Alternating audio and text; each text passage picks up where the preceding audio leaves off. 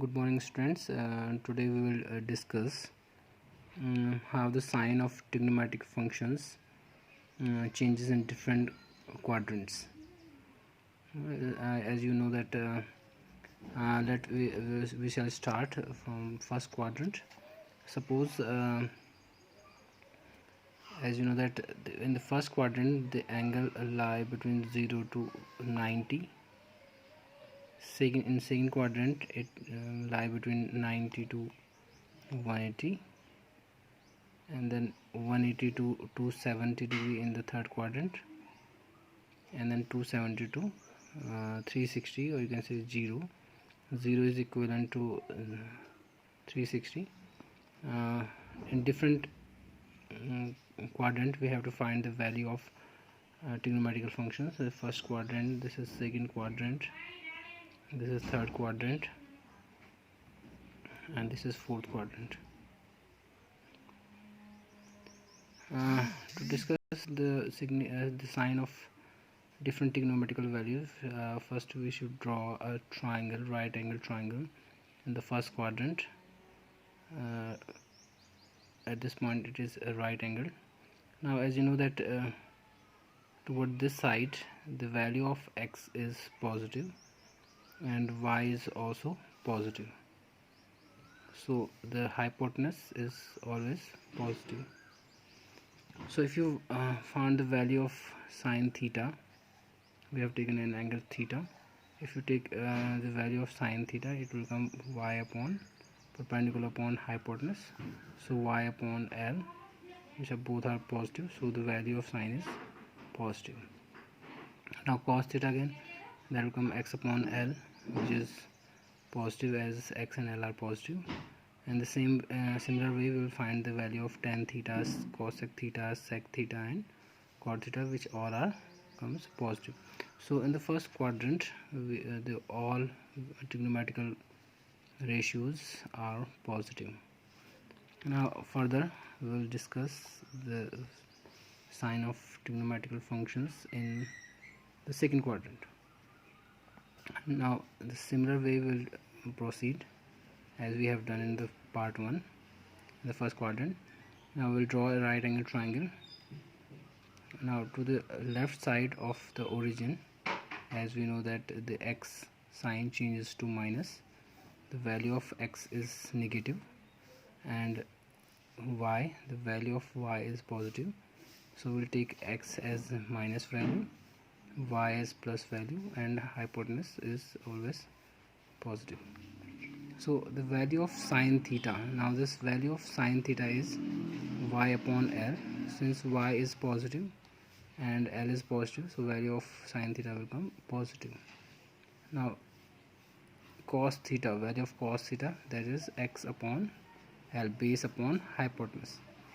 Now the value of x is negative and value of L is positive, so the overall value of this trigonometrical function will come minus, negative.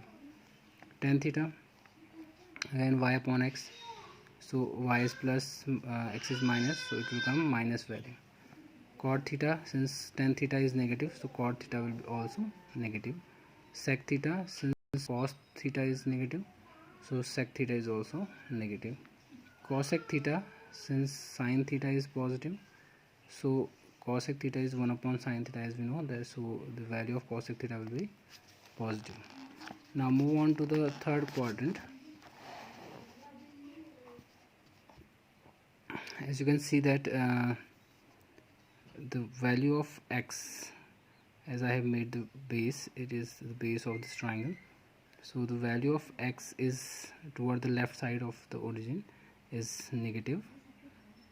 Downwards, if you move downwards, the value of y is also negative, and by applying Pythagoras theorem we got the value of hypotenuse, that will come positive.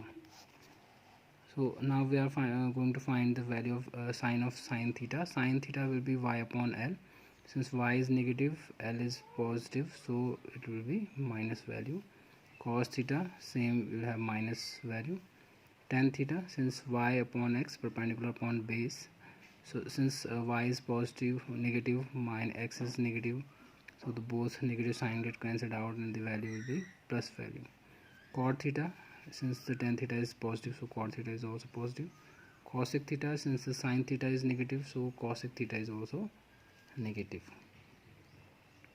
Sec theta, 1 upon cos theta, since cos theta is negative, so the value of sec theta is also negative. Now move on to the fourth quadrant. As you all know that the value of x towards the right side of the origin is positive and the value of y is negative downwards, and the hypotenuse is positive as I have mentioned here.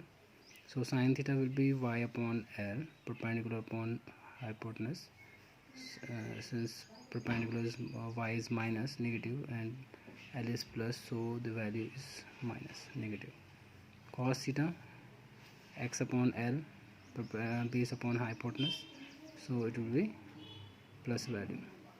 Tan theta, minus value, since tan theta is negative, so cot theta is also negative. Sec theta is positive, since